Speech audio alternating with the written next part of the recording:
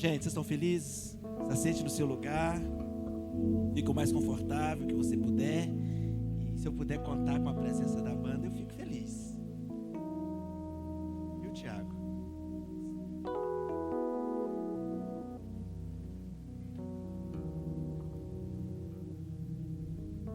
Amém, aleluia, louvado seja o nome do Senhor. Eu estou contente. Os meninos apresentaram um louvor assim, fantástico. Eu gosto desse tipo de música, porque a gente consegue olhar para dentro de nós e ver lá onde o Senhor tocou, lá onde Ele modificou, né? E às vezes a gente pensa que música é só para pular, só para agitar, só para levantar poeira.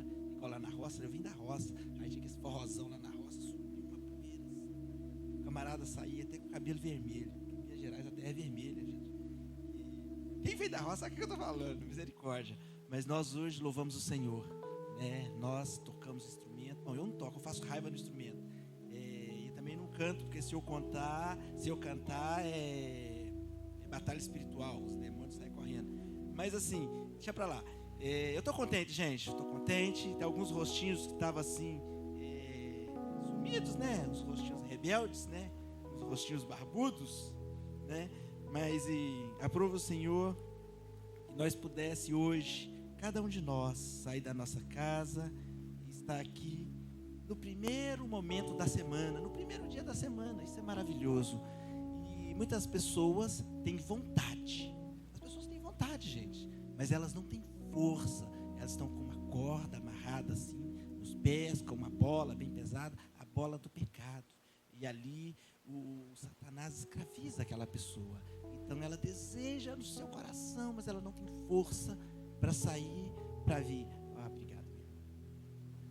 Então a pessoa não tem força para vir. Mas eu e você estamos aqui, sabe por quê? Porque nós somos livres. E é sobre essa liberdade que eu quero falar hoje. É uma liberdade gloriosa, uma liberdade poderosa. E assim, bom, eu tenho um pouquinho de tempo, um tempo bom para falar sobre isso. O assunto que eu vou falar hoje, ele é bastante debatido, mas é muito importante nós compreendermos que seria um assunto que eu precisaria de umas 3 horas. Mas nós só temos aqui 40 minutos, né? Então, eu respeito você, respeito o seu tempo, e nós temos que terminar no horário, porque o Senhor diz que tudo que fazemos, nós devemos fazer com disciplina e ordem, né? Então, eu quero começar, por gentileza, se puderem projetar,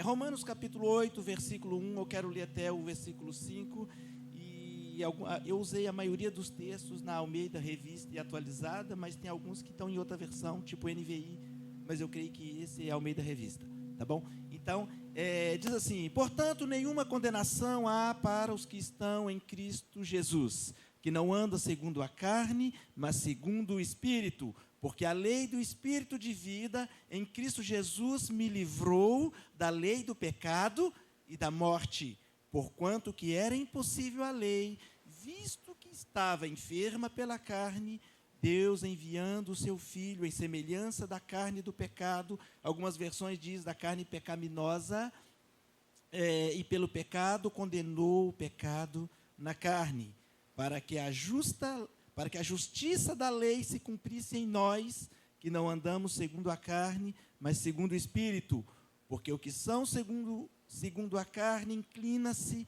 para as coisas da carne, mas os que são segundo o Espírito inclinam para as coisas do Espírito, né?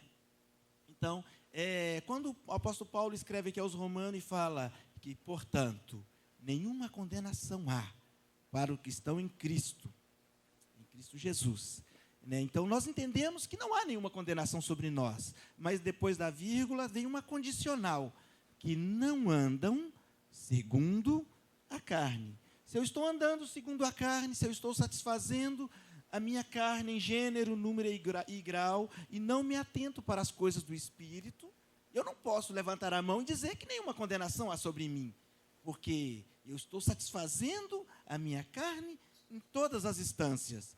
Mas o apóstolo Paulo está dizendo que não há nenhuma condenação para quem? Para quem não anda segundo a carne, mas segundo o Espírito. Mas assim, não é sobre exatamente isso que eu quero dizer hoje. Eu quero dizer que o Senhor providenciou uma condição para eu e você andar segundo o Espírito. Ele não simplesmente desejou, impôs, instruiu e baixou um decreto dizendo, olha, vocês têm que andar segundo o Espírito, porque se andar segundo a carne, vocês vão ter problema com a condenação.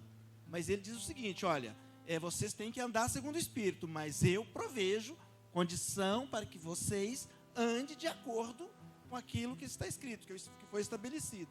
Só que antes da gente falar sobre isso, eu quero estabelecer aqui junto com vocês alguns fundamentos. E para que nós possamos estabelecer esses fundamentos, eu quero falar da lei de Moisés sem ler a lei de Moisés. Porque eu poderia aqui ler livros de Números, de Levítico, e alguns que estão lá em Êxodo, e aí você vai lá assim, tá bom, você está falando de graça, você está falando da liberdade que nós tivemos, que nós somos livres do pecado, mas você está falando da lei. Mas não, eu quero fazer diferente. Eu quero usar texto de pessoas que escreveram para nós sobre a nova aliança, sobre a liberdade que nós temos em Cristo, da forma que eles olharam para a antiga aliança, da forma que eles olharam para a lei de Moisés e interpretaram. Então eu quero começar aqui falando de Lucas, né? Aí você fala assim, mas Lucas não é a nova aliança, Jesus ainda não tinha morrido, mas era alguém que estava escrevendo um testamento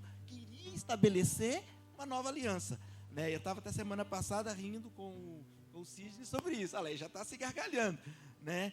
Não sabia ele que eu já estava pensando no assunto, mas deixa isso para lá. Então, Lucas capítulo 16, versículo 16, diz assim, a lei e os profetas profetizaram até João.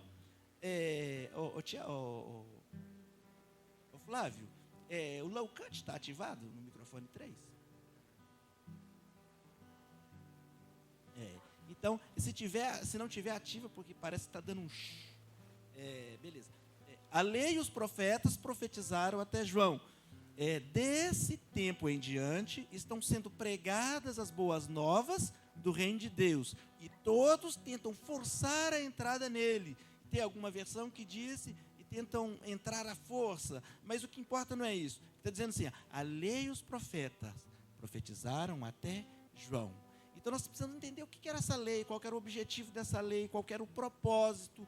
Porque muitas pessoas hoje falam assim, não, eu vivo debaixo da graça, a lei era pesada, a lei feria o homem, a lei isso, a lei aquilo. Só que o apóstolo Paulo está falando assim, a lei é boa. Então, qual era o objetivo dessa lei? Porque Paulo, que é o escritor da metade praticamente do Novo Testamento, da Nova Aliança, ele olha para a lei e diz que a lei é boa. E eu que quero viver debaixo das cartas paulinas, eu olho para a lei e falo que a lei era pesada. Então, alguma coisa não está alinhada nessa conversa. Então, nós precisamos falar um pouquinho disso, sobre a luz de quem entende mais disso do que nós, né? Gálatas capítulo 3, no versículo 19, diz assim, qual é então o propósito da lei? E aí ele já responde depois da interrogação, foi acrescentada por causa das transgressões, até que viesse o descendente. Quem é o descendente? A quem se referia a promessa, que foi promulgada por meio dos anjos, pela mão de um mediador. O descendente é Cristo. Então, a lei foi acrescentada por causa das transgressões, até que Cristo viesse. Então, o que ele fez? Ele falou assim, olha, eu vou adiantar um trecho aqui só para melhorar a compreensão de vocês. Muitas pessoas entendem que Jesus veio viver a lei, e depois que ele viveu a lei, ele estabeleceu a graça. Não, ele veio cumprir a lei. Cumprir não é obedecer, cumprir é realizar. Né? Então ele veio cumprir a lei, e depois que ele cumpriu toda a lei, então ela foi baixada, e ele estabeleceu uma nova lei, uma nova aliança. Amém, gente?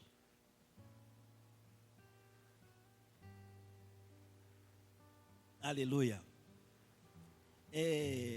Hebreus capítulo 9, versículo 9, fala assim, isto é uma parábola para a época presente. E, segundo esta, se oferecem tantos dons como sacrifícios, embora estes, no tocante à consciência, sejam ineficazes para aperfeiçoar aquele que presta culto. Então, isso era um problema que estava na lei. Qual que era o problema? por mais que as pessoas olhavam para a lei, obedeciam à lei, não, mas eu cometi um pecado, ok, e aí ia lá, matava um bode, derramava um sangue, cobria o pecado, mas a pessoa continuava do mesmo jeito. E aí quando eu olho para Jesus, o que ele está falando? Né, nós vamos chegar lá.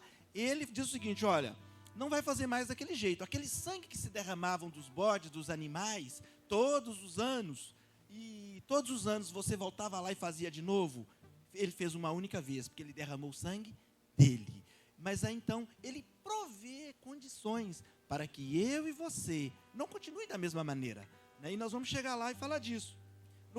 No versículo 10 fala assim, os quais não passam de ordenanças da carne, baseadas somente em comida, bebida e diversas abluções, imposta até o tempo oportuno de reforma. Que reforma? Reforma do mandamento, ora. Né? Reforma do mandamento. Então, e no que tange aqui o mandamento, a gente precisa compreender algumas coisinhas. Tem gente que pensa que a lei era dura demais, então Jesus veio abaixar a lei. Mas ele não fez isso. Ou alguém que acha que fez. Ele não fez, porque a lei dizia que um adúltero só era adúltero se ele consumasse o ato. Mas Jesus falou assim, se você olhar para ela e imaginar na sua mente, lascou, você já é um adúltero. Né? E ele ainda fez algo mais. Né? Quando a gente vai ler lá a carta de João, ele fala, um novo mandamento vos dou. Como é que era o antigo mandamento? Amarás o próximo como a ti mesmo. E o que Jesus fez? Ele falou, não, amar o próximo como a ti mesmo é pouco. Você vai amar o próximo como eu amei, como Jesus amou. Ele facilitou ou dificultou? Entendeu? Aumentou, subiu um nível. Então, como é que eu viro para a lei e falo que a lei era dura? E que a lei ofendia, que a lei agredia o povo? O apóstolo Paulo olha para a lei e diz que a lei é boa, mas eu não estou aqui defendendo a lei. Eu estou dizendo que ela tinha um objetivo incompreendido. A lei era um raio-x. Ela olhava para o homem, passava um scanner no homem e dizia, tem um pecado aqui. Mas ela não conseguia livrar o homem daquele pecado. Aí o que Jesus faz? Ele diz, ele envia o Espírito Santo. E o Espírito Santo vem e fala assim, ele acusa na nossa consciência e diz, Valdeci, tem um erro aí, cara. Tem um pecado aí. Você precisa fazer algo.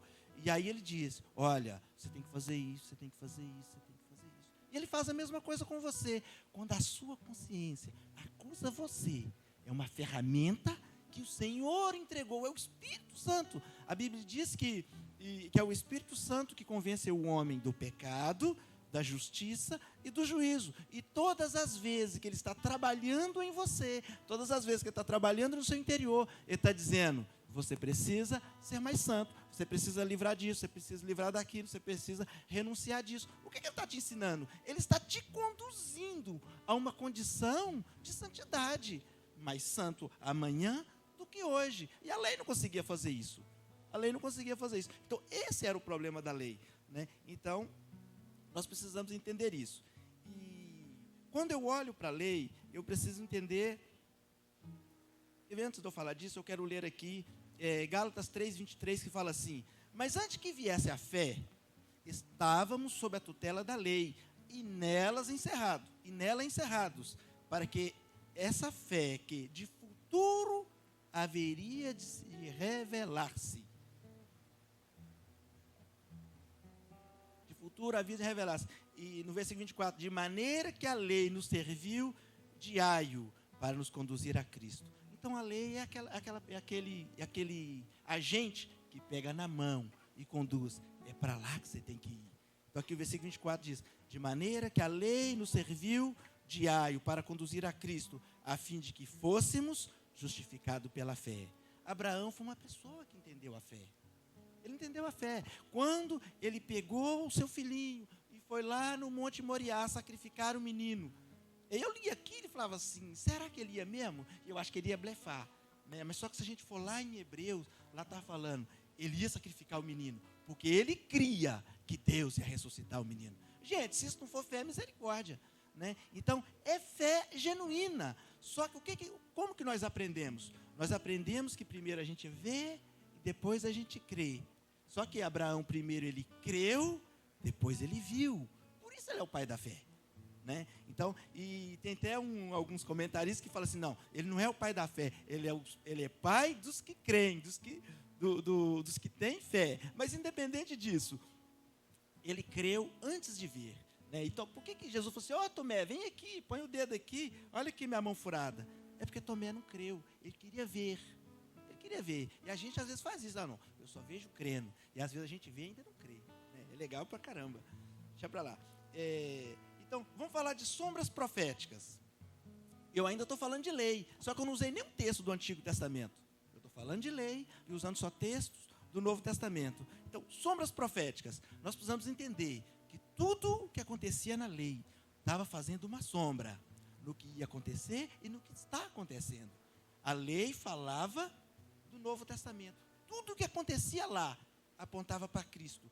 Quando eles pegavam um cordeiro, quem lembra aqui que para comemorar a Páscoa, você pegava o cordeiro no primeiro dia e guardava o cordeiro em casa, junto com seus filhos, até o 14º dia. E aí então você sacrificava o cordeiro. Para que era aquilo, gente? Era para os meninos se apegar ao cordeiro. Ele se apegava ao cordeiro e ele estava ali, e os meninos pegavam amor pelo bichinho, mas no 14º dia, o sangue do cordeiro era derramado. E aí então vem Jesus, e ele está ali, e está todo mundo achando que ele é a pessoa que vai livrar Jerusalém dos romanos. E aí então, ele é crucificado. Né? Então assim, tem um monte de sombra, e eu quero chegar numa sombra que está lá em... Eu quero ler aqui, Hebreus 10:1 fala assim, a lei traz apenas sombra dos benefícios que hão de vir, e não a realidade dos mesmos, por isso ela nunca consegue, mediante aos mesmos sacrifícios repetidos, ano após ano, aperfeiçoar os que se aproximam para adorar. É o que eu já disse, a lei não tinha condição de aperfeiçoar o homem, a lei não tinha condição de melhorar o homem. Mas eu quero falar das sombras. Em João 3,14 fala assim, da mesma forma que Moisés levantou a serpente no deserto, também é necessário que o Filho do Homem seja levantado. Antes de eu compreender João 3,14, eu ia lá em Números 21, no versículo 4, ali até o 10 mais ou menos, eu começava a ler aquilo, e aquilo dava um nó na minha cabeça, gente. Aquilo dava um nó na minha cabeça, para essa gente, para que Moisés fez isso? Agora o camarada pega uma argila, constrói uma estatueta, levanta, põe no canto de casa, e olha para aquele negócio e crê. Por quê? Porque Moisés fez a mesma coisa. E aí dava um nó na minha mente, eu falava, Deus, por que o Senhor fez isso? Por que o Senhor fez isso? Por que o Senhor fez isso? Agora eu não entendo. E aí um dia eu fiz uma pergunta para Deus, não relativa a isso, eu fiz uma outra pergunta. Eu falei assim, Deus, se o Senhor não tivesse posto a fruta da árvore do conhecimento no meio do jardim, a Eva não tinha pegado e o Adão não tinha comido, não tinha acontecido nada disso. Eu falei isso com Deus e eu fiquei bravo. E aí fui orar e eu falava assim, esse negócio eu acho que é culpa sua. Aí ele falou comigo assim, meu filho, aquele querubim ungido que andava sobre as pedras afogueadas, ele era referência de medida lá no céu. Lá tinha fruta? Bem, não tinha não. Ele pergunta para mim, diz assim, então por que ele caiu? Não precisava da fruta. Não precisava. O negócio é que da mesma forma que o anjo de luz ficou orgulhoso e caiu, Adão também caiu. Né? Então não precisava da fruta. Aí ele me quebrou, ele fez comigo, eu fiz com o Jó. Né? Jó fez muita pergunta, falou assim, Jó, vou te fazer uma pergunta, responde aí eu te respondo as suas. Então foi a mesma coisa. Se você entender de Bíblia, sabe o que eu falo? Está lá. Então, quando Moisés levantou aquela serpente no deserto, estava fazendo uma sombra e dizia, olha, é isso que vai acontecer, o Filho do Homem vai ser levantado e todo mundo que olhar para ele vai ser curado. E é isso. Então, Moisés levantou a serpente de bronze no deserto, e as pessoas que eram picadas pela cobra, pelas serpentes, e olhavam para ela, de onde eles estivessem no arraial, eles viam ela em cima de uma haste, e elas eram instantaneamente curadas. E o que aconteceu na nova aliança? Jesus foi levantado, e foi colocado num lugar alto, do mesmo jeito da serpente, e todo mundo que olhar para ele, é instantaneamente liberto. Agora, da mesma forma que as pessoas eram libertas da dor e da morte quando olhavam para a serpente, nós somos libertos da dor e da morte e do pecado quando nós olhamos para Jesus, gente. Só que tem uma diferença. Aquelas pessoas que olhavam para a serpente, elas estavam expostas a uma morte terrena. E nós que olhamos para Cristo, estamos expostos a uma morte eterna. É muito pior, mas só que Ele veio nos trazer liberdade. Mas nós precisamos começar olhando para Ele e crendo. Amém? Então, quando eu olho para Números 21, ele estava prefigurando o que ia acontecer milhares e milhares de anos depois, gente. Milhares não, centenas. Não é muitos milhares, não. Então, assim, a gente precisa compreender que tudo o que acontecia no Antigo Testamento estava dizendo o seguinte, ó, lá no futuro vai acontecer algo parecido. E isso é uma sombra do que vai acontecer. Então, em João 3,16 fala assim, porque Deus amou tanto o mundo, que deu o seu Filho unigênito, para que todo o que nele crê não pereça, mas tenha vida eterna. Mas você tem que olhar e entender que ele está em lugar alto. Só que ele não está lá morto, pendurado numa cruz. Ele esteve lá. Ele esteve lá. A Bíblia diz o seguinte, que o Cordeiro Pascal foi morto antes da fundação do mundo. E quando que o homem pecou? Depois da criação do mundo. E quando que ele foi morto? Antes da criação do mundo. Então, ou seja, antes de existir mundo, o Cordeiro Pascal já havia se entregado. E aí criou o mundo, colocou o homem pecou, mas já havia uma solução para isso. Então, assim, não pense você que o Senhor, que Deus foi pego de surpresa. Tudo já estava pronto, mas nós precisamos crer. Amém? Então, eu quero continuar aqui caminhando com vocês. Então, naquele tempo, havia uma maldição assolando o acampamento. Havia uma maldição assolando o arraial. E era as serpentes abrasadoras, que picavam as pessoas e elas morriam. Mas nesse tempo, também é uma maldição assolando o arraial. Né? Só que o que acontece? É o pecado, é o peso do pecado. E muitas pessoas não conseguem compreender justificação. E é disso que nós precisamos falar. Nós precisamos entender que quando Jesus vem, Ele não limpa daqui para frente. Ele limpa daqui para frente e também daqui para trás. Então, o que o inimigo faz? Ele fala assim, lembra aquele crime, aquele pecado, aquele erro que você cometeu? Ele joga isso na sua cara todo dia. E aí, ele quer colocar você para baixo. Ele quer fazer com que você tire os olhos daquele que foi colocado sobre o madeiro. Mas só que, quando ele esteve lá, ele estava dizendo o seguinte, olha, o meu sangue não cobriu só o pecado de agora.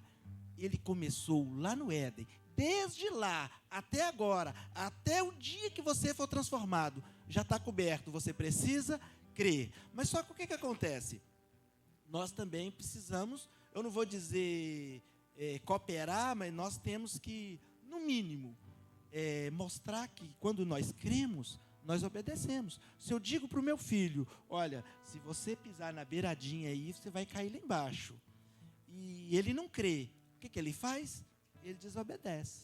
E quando a Bíblia diz para nós, olha, não faça isso, e nós não cremos, a nossa incredulidade, ela é demonstrada pela nossa desobediência. Então, quando eu obedeço, eu estou mostrando a minha fé. Quando eu desobedeço, eu estou mostrando a minha incredulidade. Então, assim, a gente tem que ficar assim, bem atento, porque, às vezes, nós estamos falando uma coisa e estamos fazendo outra. Todo dia eu falo isso lá em casa. Falo assim, gente, nós não podemos ter a fala de um jeito, falar uma coisa e fazer outra. Nós precisamos estar alinhados, porque se eu estou falando uma coisa e estou fazendo outra, alguma coisa está errada. Né? Então, se eu digo que eu creio, bom, isso aqui é um computador, né?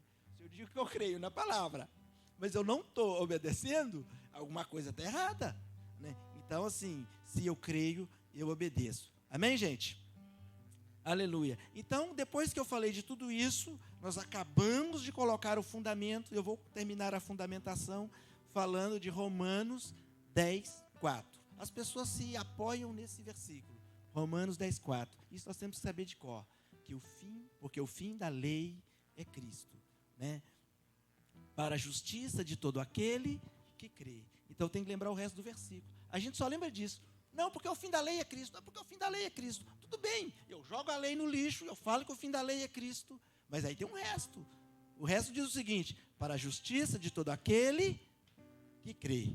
Então, o fim da lei é Cristo para justificar aquele que está crendo. Se eu não creio, eu perco o acesso à justiça. Então eu ainda estou na lei. Eu não acessei a Cristo. Entende? Né? Então eu preciso acessar a Cristo crendo. Então, eu vou agora, depois de fazer essa breve introdução, eu quero começar falando com vocês o que realmente eu quero falar nessa manhã. E antes de falar, eu quero ler um versículo que está lá em 2 Coríntios, capítulo 5, no versículo 21, que fala assim: aquele que não conheceu pecado, fez pecado por nós, para que nele fôssemos feito justiça de Deus. Então, a primeira coisa, quando você é feito justiça de Deus, você precisa entender que você foi justificado. E a justificação, quando a gente quer ver, eu quero até usar uma brincadeira aqui. Quando você está lá no Word, você quer um texto justificado, o que acontece com o texto? Ele fica reto, não fica? Isso! Então, quando você é justificado pelo Senhor, você é o quê? Reto diante dele. Pelas suas próprias forças? Não, gente. Pelo poder, pela graça que o Senhor, pela misericórdia que o Senhor derrama sobre nós. Então, eu não posso dizer não, eu sou reto, eu sou justificado, eu posso entrar na presença do trono do Senhor com ousadia, porque eu sou o cara. Mentira, mentira. Eu sou reto, sou justificado pela misericórdia do Senhor, mas eu preciso crer. Tudo, a Bíblia diz que é pela fé que nós acessamos os depósitos da graça. Então, se eu não creio, eu não acesso o depósito da graça. E se eu não creio, a graça não tem liberdade para trabalhar sobre mim. Aí você fala assim, mas o que é graça? Graça é uma palavra. Jesus nem falou de graça. Mas a graça, ela, como é que eu posso dizer? É uma expressão do amor. A graça é uma expressão do amor de Deus. Então, quando Ele envia o Espírito Santo para fazer morada em nós, o Espírito Santo, paulatinamente, ele vem trabalhando em nós. Para quê? Para que nós possamos acessar tudo que essa expressão do amor, tudo que essa graça nos proporciona. E muitas das vezes, nós não experimentamos, porque nós não buscamos.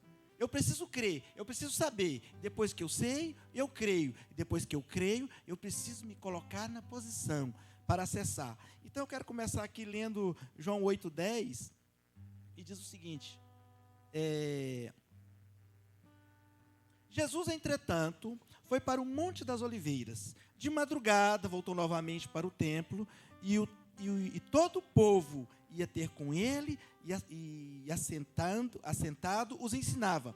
Os escribas e fariseus trouxeram à sua presença uma mulher surpreendida em adultério, fazendo-a ficar em pé no meio de todos. E disseram a Jesus: mestre, essa mulher foi apanhada em flagrante adultério, e na lei nos mandou Moisés que tais mulheres sejam apedrejadas. Tu, pois, que dizes? Isso diziam eles, tentando para terem de que o acusar. Mas Jesus, inclinando-se, escrevia na terra com o dedo. Como insistissem na pergunta, Jesus se levantou e disse: aquele que dentre vós estiver sem pecado, seja o primeiro que lhes atire pedra. E tornando a inclinar-se, continuou a escrever no chão. Mas ouvindo eles essa resposta, e os acusados pela própria consciência, foram se retirando um por um, a começar pelos mais velhos até os últimos, ficando só Jesus e a mulher no meio onde estava. E o versículo 10 diz assim: erguendo-se Jesus e não vendo ninguém mais além da mulher, perguntou-lhe: mulher, onde estão seus acusadores? Ninguém te condenou? E respondeu ela: ninguém, Senhor. Então lhe disse Jesus: nem tampouco eu te condeno. Vai e não peques mais. O eu por minha conta. Nem tampouco te condeno. Vai e não peques mais. Então, assim, o versículo 11 está carregado de uma verdade difícil de ser compreendida. Ele estava dizendo: olha, eu não te condeno. Então, ou seja, a primeira coisa que ele fez, ele removeu a condenação. E aí ele falou assim: vai e não peques mais. E aqui tem uma pergunta complicada. Às vezes a gente não presta atenção nisso. Quando ele falou não peques mais, ele estava brincando com ela? Ele estava falando uma verdade? Ou ele estava mentindo para ela? Estava falando uma verdade. Ele é a verdade. Ele não mente, ele é a verdade. Ele não inventou a verdade, ele é a própria verdade. Então, quando ele estava dizendo para ela, vai e não peques mais, ele estava dizendo, eu estou te dizendo isso porque é possível. Porque se fosse impossível, ele não podia falar isso. Ele estaria mentindo. Mas ele só falou porque é verdade. Aí você fala, Valdeci, mas eu não estou vendo ninguém que não está pecando mais. Nós estamos em processo de transformação.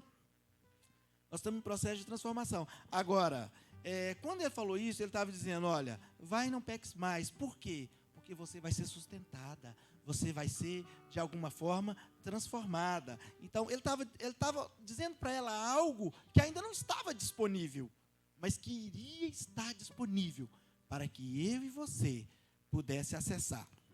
E eu quero ler versículos que comprovam que eu estou dizendo, eu não inventei isso. Eu não inventei, né? Eu quero ler com vocês versículos que comprovam o que eu estou dizendo. E só quando a gente lê um texto desse, eu comecei a ler a Bíblia, eu tinha talvez ali uns 10 anos. E eu li um negócio desse aqui e falava assim, gente, isso aqui é brincadeira. Né? Então tinha muita coisa que não entrava na minha mente. Mas eu comecei a ler aos 10 anos, mas eu comecei a entender um pouco mais, eu tinha mais ou menos uns 20. E clareou mesmo, eu tinha uns 24. Né? Então, assim, a Bíblia se tornou clara para mim, tem 21 anos. Mas eu lutei com ela 14 anos sem entender o que estava escrito. E hoje, louvado seja o nome de Jesus, eu sei o que está escrito. E sabe por que eu sei o que está escrito? É porque antes eu queria compreender para disputar. Eu queria disputar. Não, que não é assim, que é assim. Eu queria provar para as pessoas que elas estavam erradas. Eu queria aprender para disputar. Mas um dia eu entendi o seguinte, que eu deveria aprendê-la para viver. E aí, sabe o que aconteceu? Tudo mudou. E aí, isso me esclareceu um texto. Quando Jesus falou o seguinte com os discípulos, eu falo para vocês, eu ensino o povo em parábolas, é para que vendo, não vejam, e ouvindo, não entendam. E aí, eu não entendia isso. Mas sabe o que eu descobri? Eu descobri o seguinte, aqueles que queriam entender para fazer o que era inadequado, não entendia. E vendo, eles não iam ver. Mas só que os discípulos que estavam caminhando com ele ia lá no particular e falava o seguinte, olha, isso significa isso, isso significa isso, isso significa isso. Por quê? Porque era importante que os discípulos que estavam caminhando com ele compreendessem o que ele estava dizendo. Mas aqueles outros que só queriam saber a palavra para poder subjugar as pessoas, não entendiam. Então, assim, a gente precisa entender isso. Às vezes a gente vai num texto bíblico só para esfregar na cara dos outros. Não, que fulano falou isso, fulano falou aquilo, quer ver? Eu vou lá no texto bíblico. Aí você vai lá no texto bíblico e baba a Bíblia inteira e não sai nada. Por quê? O seu objetivo está equivocado. O Espírito Santo não está nisso. Amém, gente? Então, assim, depois desse parênteses, deixa eu continuar. Então, Jesus veio trazer justificação. Né? Ele veio trazer justificação. Ele veio apagar aquelas lamas que a gente fez no passado. Né? Então o Subirá fala um negócio que ia falar assim, olha, tem uns que for assistir o passado, é praticamente um filme de terror, misericórdia, isso para lá. Então, Isaías capítulo 1, versículo 18 diz assim, vinde então e arguí-me, diz o Senhor, ainda que os vossos pecados sejam como a escarlata, eles se tornarão branco como a neve, ainda que sejam vermelhos como o carmesim, se tornarão branco como a lã. Ou se tornarão como a branca lã. Né? Então, assim, ele vem apagar, ele vem desfazer. Desfazer o quê? A Bíblia diz que a pessoa que está, o pecador, né? Agora eu vou usar um termo que o Flávio gosta muito. Cadê o Flávio? Está ali. Vou usar um termo que o Flávio gosta muito. O pecador é alguém que vive preso, pecando. Por exemplo, quem que é o pescador? O pescador é o cara que pesca profissionalmente. Mas se eu for ali comprar uma varinha e pescar, eu sou pescador? Não, eu sou alguém que pesca. Então, quem que é o pecador? O pecador é alguém que é escravo do pecado. E ele vive pecando. Ah, não, mas eu pequei. A Bíblia diz, filhinho, se por acaso vocês pecarem, sabei que tem um advogado no céu. E ele vai defender você. Por quê? Foi um acidente. Um acidente. Agora, aquele que vive pecando, ele é um pecador. Então, ele não conheceu Jesus. Então, ele não está experimentando o que está aqui em Isaías 1,18. Ele não está tendo os pecados que eram vermelho como carmesim, se tornando branco como a lã. Por quê? É porque ele está preso. Então, é vermelho sobre vermelho, é pecado sobre pecado. Então, a Bíblia diz que aquele que está pecando, ou que vive pecando, ele é um escravo do pecado.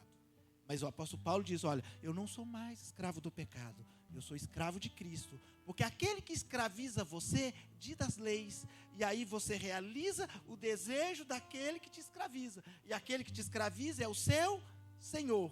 Então você faz a vontade de quem? Do seu Senhor. Então aquele que está preso ao pecado, ele é escravo do pecado. O Senhor dele, que diz o que ele tem que fazer, é o pai do pecado. Agora, se eu sou escravo de Cristo, eu estou preso às leis de Cristo. Então faça a vontade de quem?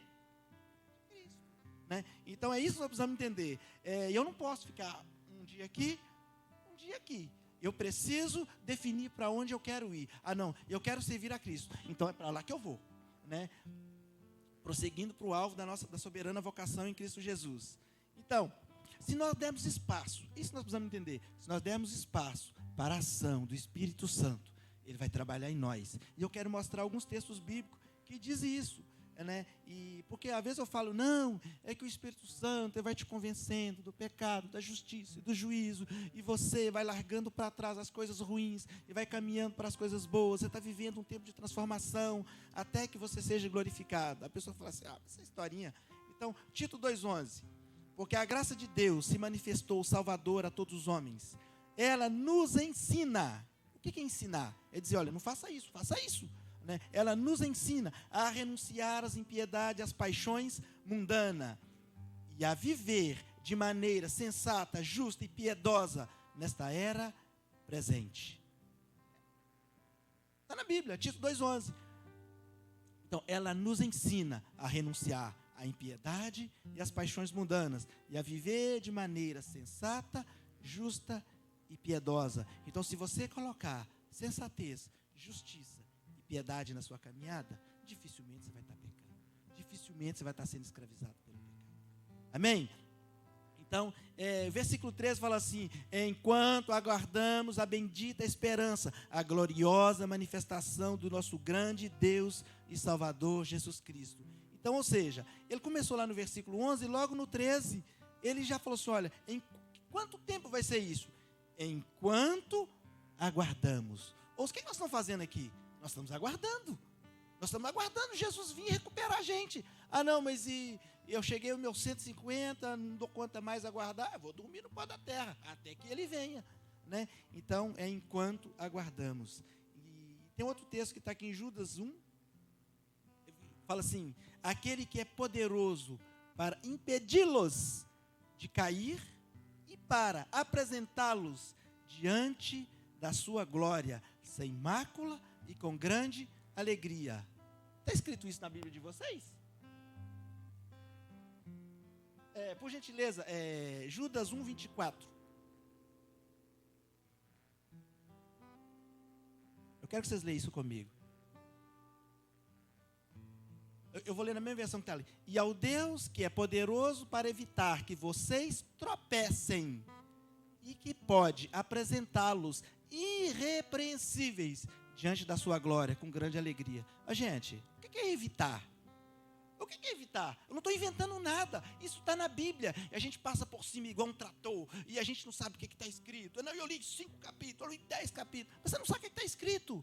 Né? Então nós precisamos entender. O Espírito Santo, ele não está morando em nós à toa. Ele está trabalhando para que nós possamos experimentar a maravilhosa graça de Deus. É para isso, gente. Não é à toa. Ele não mora em nós porque não tinha lugar para ficar.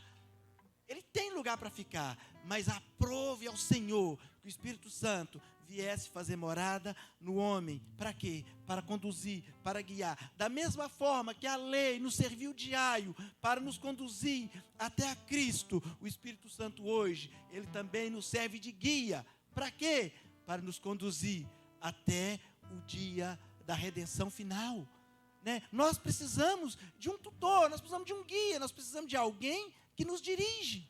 E o que está acontecendo com as pessoas que estão no mundo? Elas estão sem uma pessoa que dirige para um bom caminho. Aí o que o Satanás está fazendo? Está escravizando essas pessoas. E por que ele quer escravizar essas pessoas? Porque se ele parar de escravizar, elas vão entender o objetivo da vida delas e vão dar acesso ao Espírito Santo. E aí ele vai fazer o quê? Ele vai conduzir essas pessoas a Cristo. De que jeito? Impedindo de cair, para apresentá-las diante da glória, sem mácula e com grande alegria. Não é com tristeza e não é com sujeira, né? Então, assim, é impedindo de cair. Então, quando eu gosto demais de falar da maravilhosa graça, porque é a maravilhosa graça de Deus que nos mantém de pé, que nos sustenta, que nos direciona. Quando eu venho aqui e falo assim, você é mais do que vencedor, você não é um derrotado, você é alguém que já venceu antes de lutar. Eu não estou dizendo isso porque você é mais bonitinho, não, gente. Eu estou dizendo isso, sabe por quê? É porque a Bíblia me garante que alguém que é poderoso, está velando para que nós sejamos vencedores. Está fazendo o quê? Nos impedindo de cair, nos impedindo de tomar a decisão errada, nos impedindo de voltar ao lamaçal do pecado. Isso é a maravilhosa graça de Deus. Ela está trabalhando em nós. Trabalhando em nós. E trabalhando em nós para quem? Por nós mesmos. Trabalhando em nós por nós mesmos. Então, o versículo 25, que eu nem terminei de ler, fala assim: ao único Deus, nosso Senhor, seja a glória, a majestade, o poder, a autoridade, mediante Jesus Cristo, nosso Senhor, antes de todos os tempos, agora, para todo sempre. Amém. Então, assim, a graça trabalha por nós. Né? Só que o apóstolo Paulo, quando ele está lá, acho que é Romanos 5, ele está lendo lá e está falando assim, não, já que a graça superabundou em nós, nós vamos pecar mais para que nós tenhamos mais graça? Mas é claro que não. Porque ela não limpou para sujar. Algo que a gente precisa entender, um lugar limpo não é um lugar que se limpa todo dia. Um lugar limpo é um lugar que não suja.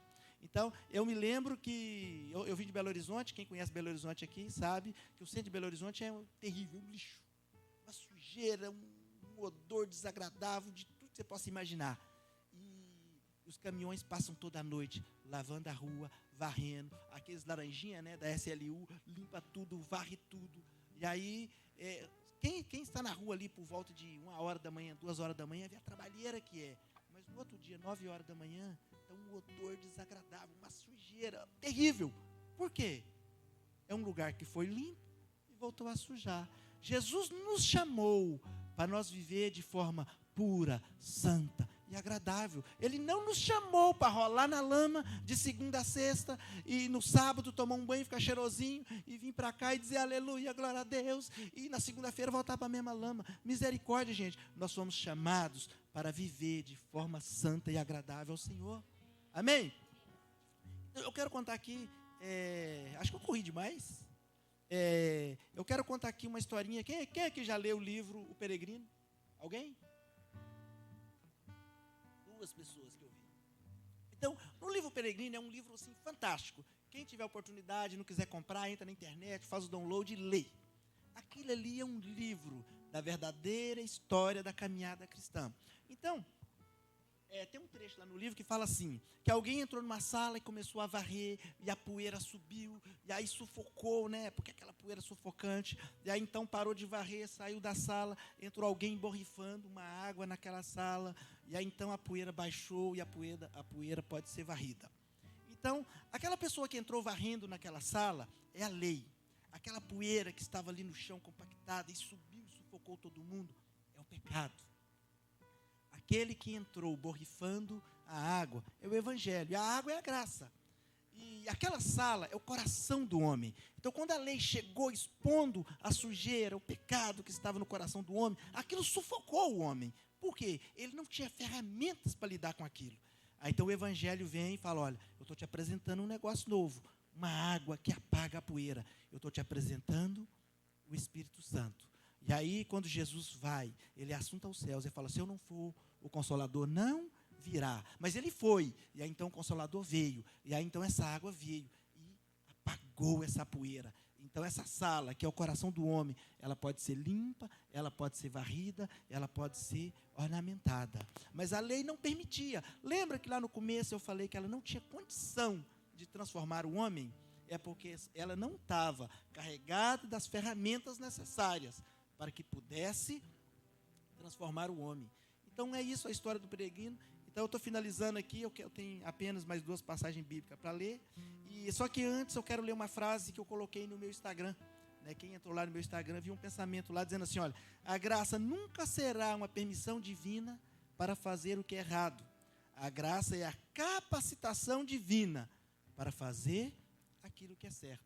Então você não foi chamado para fazer o que é certo sem ter as ferramentas para fazer. Você está munido das ferramentas necessárias para que você possa fazer o que é certo. Amém? Então, aleluia. Então, eu quero ler aqui Romanos 5,12 para a gente ir finalizando. Eu não quero cansar você, porque é um texto cansativo e eu não quero cansar você.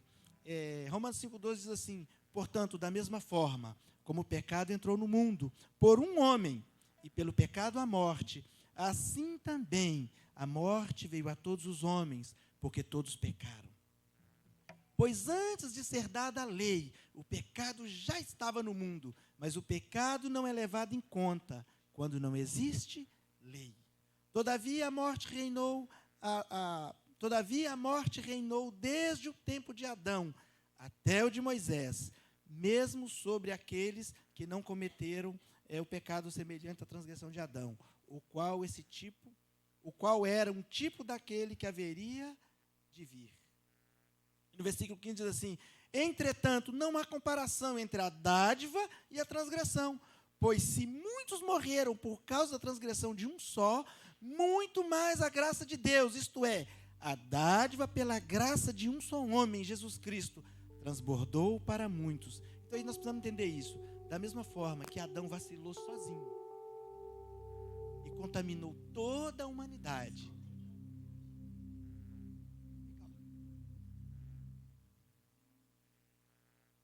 isso é o computador deles. Aleluia. Então, assim, muito mais Jesus, muito mais Jesus, ele transbordou uma graça que é suficientemente necessária para abranger toda a humanidade. Mas nós precisamos compreender isso, que da mesma forma que nós herdamos a natureza adâmica por nascimento, nós também herdamos um espírito novo, um espírito regenerado, também por nascimento. Aí você fala, mas eu vou nascer de novo? Nós sabemos que nós nascemos do Espírito. Quando a gente aceita Jesus, quando nós levantamos a nossa mão e dizemos, é nele que eu creio, ele é o Senhor, é nele que eu creio, ele é o Senhor da minha vida, e eu quero viver para ele, e você compreende o que ele fez por você, então você está tendo um espírito novo, um espírito regenerado. Nicodemos não entendeu isso. E quando Jesus foi conversar com ele, ele falou assim, eu vou voltar no ventre da minha mãe?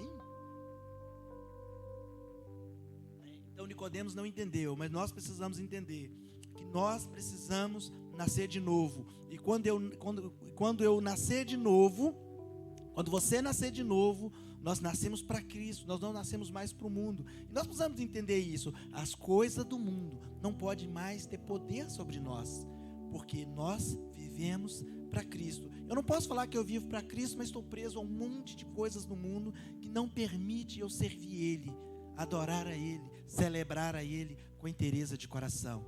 Amém, gente?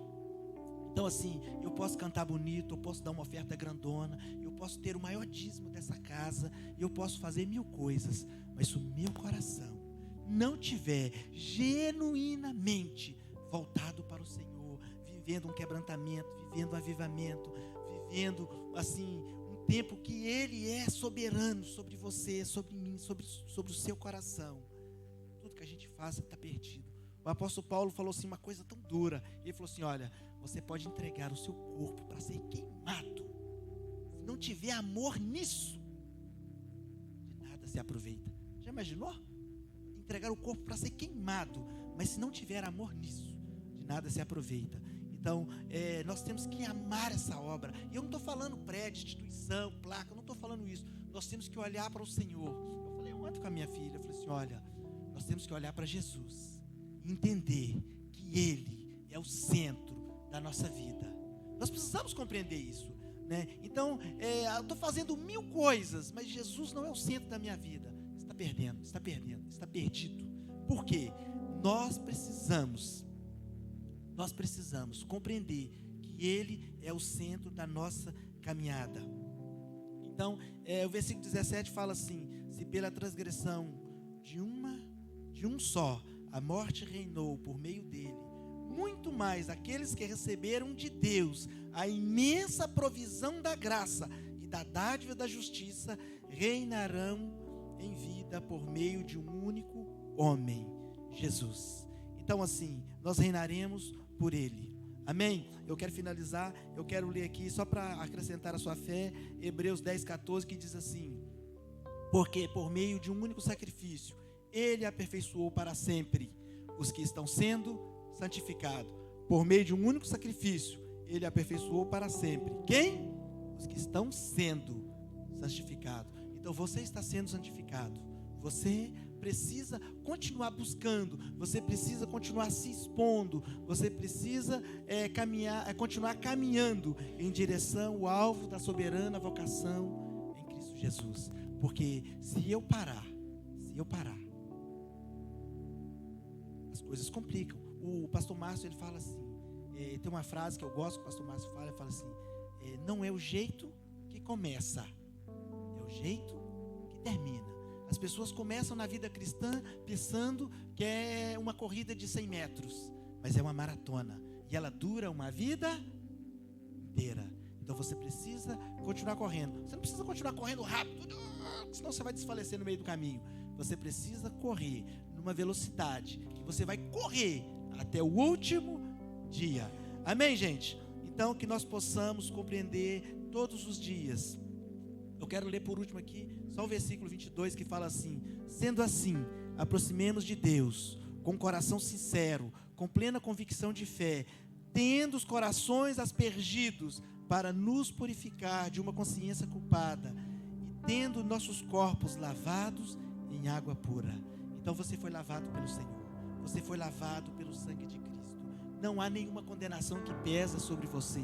Nós começamos falando sobre isso aqui no capítulo 8 de Romanos, a partir do versículo 1. Não há nenhuma condenação para os que estão em Cristo Jesus. Mas eu tenho a necessidade de permanecer em Cristo Jesus. Eu não quis ler nenhum texto que fala de pessoas que receberam o Espírito Santo, mas eles apagaram o Espírito Santo. Não é que nós temos poder para apagar o Espírito Santo, nós temos poder para apagar a ação dele na nossa vida. E se você está fazendo isso, se você não está sendo obediente a essa voz, a voz do Espírito Santo, você precisa mudar a sua direção. Você precisa compreender que Ele quer te levar para próximo do Senhor. Você precisa compreender que você tem um advogado e ele está no céu, à direita de Deus, e ele trabalha por você. Ele trabalha por você. Ele já trabalhou e trabalha por você. Ele quer te manter de pé. Ele quer te sustentar você. Ele quer apresentar você de forma pura, santa e imaculada diante do Pai. Você precisa compreender isso. Você precisa compreender isso. Aleluia. Vamos fazer uma pergunta. Então, que você tenha assim, minha voz acabou. Que você tenha assim uma semana abençoada. Daqui a pouco a Gisele vai subir aqui, vai fazer um apelo com você, vai orar com vocês. E assim, tenha isso em mente. Antes de eu finalizar, eu quero orar com você. Eu quero dizer, Pai, que essas minhas palavras não sejam somente um discurso.